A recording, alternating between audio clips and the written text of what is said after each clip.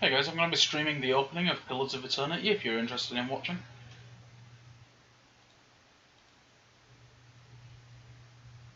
Give me the link, I'll probably will.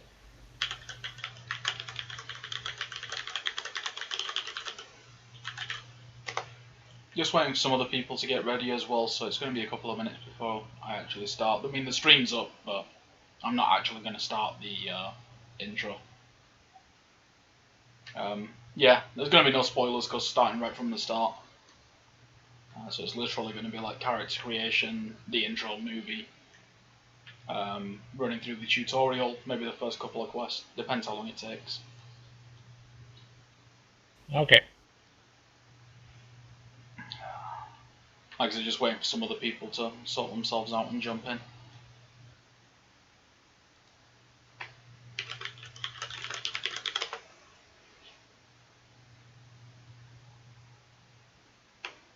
Really should do a like an actual recording and make it like put it on YouTube or something instead of just this Twitch stream.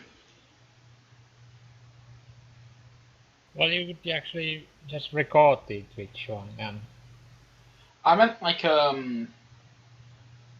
maybe something like slightly produced, like not necessarily totally scripted, but like something where I'd have some idea of what I'm going to say ahead of time.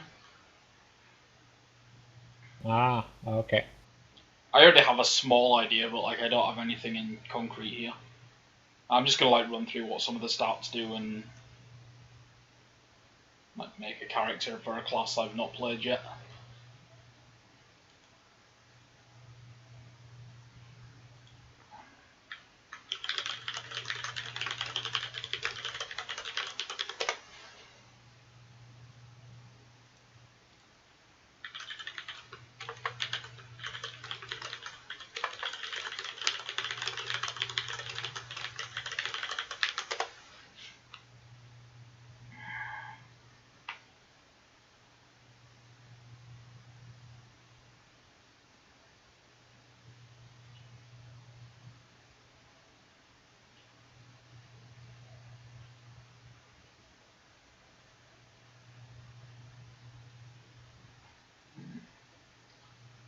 Yeah, if I do a proper video as well, I might capture the audio separately, just so that I can have like a nice clean voiceover instead of what's captured along with the video.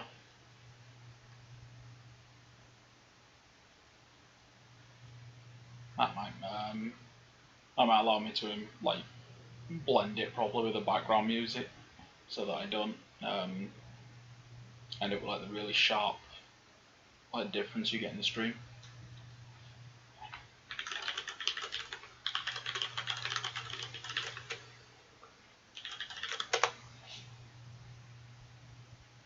Anyways, I'm gonna get started now. So, Pillars of Eternity, Obsidian's new game. What we're going to do is we're going to start a new game. Just for this, I'm going to leave it on easy mode. Just because I'm going to be playing a class I have no experience with.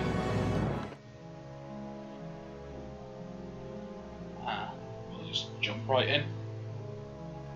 I was just reading right through the Rome 2's encyclopedia about stuff.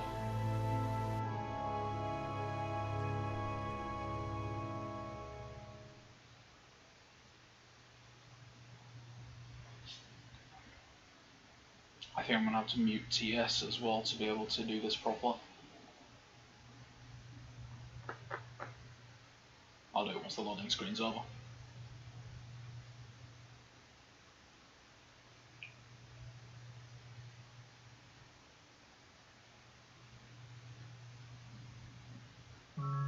Five wagons grope blindly for the path on a starless night, their master glancing ever upward to the skies for assurance that he is on the right course.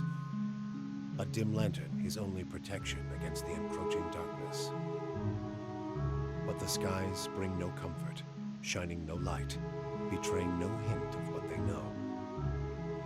The caravan carries travelers bound for the frontier hamlet of Gilded Vale, you among them, where a local lord has offered land and wealth to settlers from abroad looking for a fresh start. You have taken suddenly ill, sweating and shivering, and one of the other travelers signals for the caravan master to stop on your behalf. He pulls up just in time to avoid plowing into the trunk of a fallen tree that bars the way ahead. You will go no further tonight.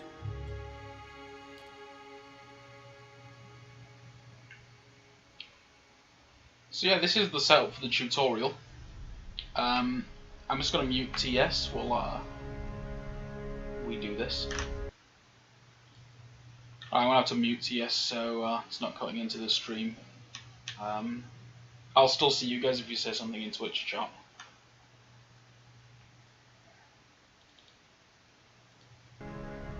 Okay, so, male or female doesn't matter in character creation. So we'll just stick with male for now. Your race, however, gives you different stats, as well as a description of each race. I've already played around a bunch with different races and combinations. I think I'm going to go with the godlike, just because these guys are awesome. Oh, excuse me. Just like D&D, you get a sub-race along with your main race. And that usually gives some kind of small bonus. Things like getting an extra weapon slot, or getting a bonus to might, constitution and dexterity when endurance is below 50%, you know, that kind of thing. There's a lot of bonuses like that, getting a boost to stats when under 50% endurance. It's a really good one to have. I'm gonna go with the fire guy actually. He deals damage to everybody around him when he falls below 50% endurance, and I will explain what that stat means in a little while. Unique to the godlike here is the ability to choose different body types. Let's make him hilariously tiny. He's a tiny little fire guy. Look at him. And here's the class selection. A lot of them are pretty self-explanatory. The monks punch things. You know, the priests, the priestish. Unique to the priest and paladin, you get to choose a god or a paladin order. And those either give you access to unique dialogue options or unique abilities, but you also have to stay in line with your god or paladin orders, like, beliefs. For example, you have these favoured dispositions. So for example, if I'm playing these really cruel paladins that just like kick the crap out of everyone, then if I start being nice to people and like trying to solve things diplomatic, then that paladin order will start to get angry and like my god won't care basically, and I'll start to lose bonuses to my defense. However, if I am cruel and aggressive, I'll actually gain bonuses to my defense, which is kind of the whole paladin thing, is getting bonuses to survivability based on how much you behave like your god. As you can see, they get really high stats across everything. I think the monk's the only one who gets... No, even he doesn't have perfect stats. He has a 1 high instead of all very highs. But that's still insanely powerful. The downside to the monk, of course, is that they don't use weapons. And unlike D&D, you don't have ki in this, you have wounds. And you have to accrue... As you take hits, you gain wounds, and you spend wounds to power your special abilities, things like bonuses to attack speed or a flurry of blows, typical monk stuff. However, of course, that's the downside to the monk, is that they have to be hurt to use their special abilities. So you don't want to give them good armor, you don't want to give them a good deflection rating, which is very difficult considering how high their base deflection is. So they don't get to fire their abilities very often, unlike monks in D&D, for example. But when these guys do let off a bunch of attacks, they will just decimate whatever they're hitting. So it can be worth saving up the wounds for a boss monster or a big encounter. The rogue here is actually capable of doing the most DPS of any class when dual wielding daggers. Basically, you've got a bunch of conditions here that allow him to activate his sneak attack, and when that's active, the rogue does, like, I think it's double damage. Yeah, I'm pretty sure it's double damage whenever one of those effects are in. So, you know, your fighter knocking people down, your ranger hitting them with injuring or hobbling arrows, your wizard petrifying or stunning them or sapping their strength, just allows this guy, the rogue, to just really lay into things.